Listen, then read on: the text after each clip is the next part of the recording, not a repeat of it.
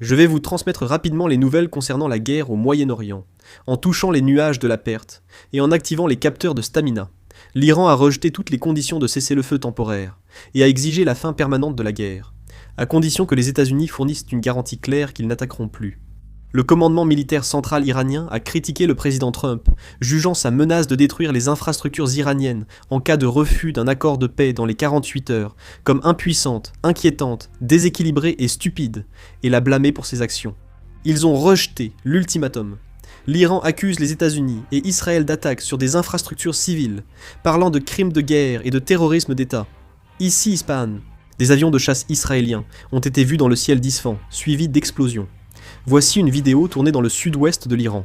Civils et armée iranienne cherchent toujours le pilote américain.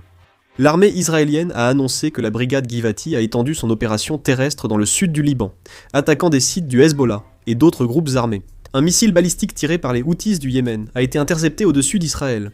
L'armée israélienne a diffusé une vidéo montrant la destruction de plusieurs bâtiments à Kiam, au sud du Liban, près de la frontière avec la Syrie. Après un avertissement d'attaque israélienne, les forces frontalières libanaises se retirent du poste d'Al-Masna, à la frontière syrienne. C'est la Jordanie. Vidéo de projectiles survolant Amman, Jordanie, dont un intercepté. Nous sommes dans la bande de Gaza, près de l'entrée du camp d'Al-Maghazi. Dans la bande de Gaza, une frappe aérienne israélienne a touché un véhicule, tuant un Palestinien et blessant plusieurs personnes. Le ministère des Finances du Koweït a été endommagé par une attaque de drone iranien. Une installation gazière au Koweït a été attaqué par un drone iranien. Selon les autorités koweïtiennes, un drone iranien a attaqué la compagnie pétrolière nationale du Koweït, provoquant un important incendie. Le parquet de Téhéran a ordonné la saisie des biens et le gel des comptes de plus de 100 hauts responsables accusés de soutenir l'ennemi depuis l'étranger.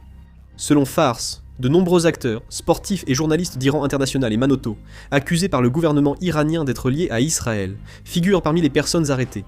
Le corps des gardiens de la révolution islamique d'Iran a indiqué qu'ils ne diraient pas s'ils avaient retrouvé le pilote. Le porte-parole de l'état-major interarmées iranien a affirmé samedi, dans un communiqué publié en arabe, que les restrictions dans le détroit d'Ormuz concernent uniquement les pays hostiles. Il a précisé que l'Irak est exempté des restrictions dans le détroit d'Ormuz. Les filles du général Qassem Soleimani ont affirmé n'avoir aucun lien de parenté avec les 2 Iraniennes arrêtées aux États-Unis. Le département d'État américain a identifié ces femmes comme la nièce et la petite-nièce de Soleimani. Selon les médias d'État koweïtiens, un incendie a touché le complexe pétrolier de Chouaïba après une attaque de drone. L'agence de presse Houna a rapporté qu'il n'y avait pas eu de victimes, et a ajouté que les pompiers et les équipes de secours d'urgence étaient intervenus sur place. Les autorités égyptiennes ont annoncé qu'elles augmenteraient les tarifs réguliers pour les consommateurs résidentiels à forte consommation d'électricité, et les utilisateurs commerciaux à partir d'avril, invoquant la grave crise énergétique mondiale. Dès que nous aurons plus d'informations, nous publierons une vidéo. La vidéo se termine ici, merci.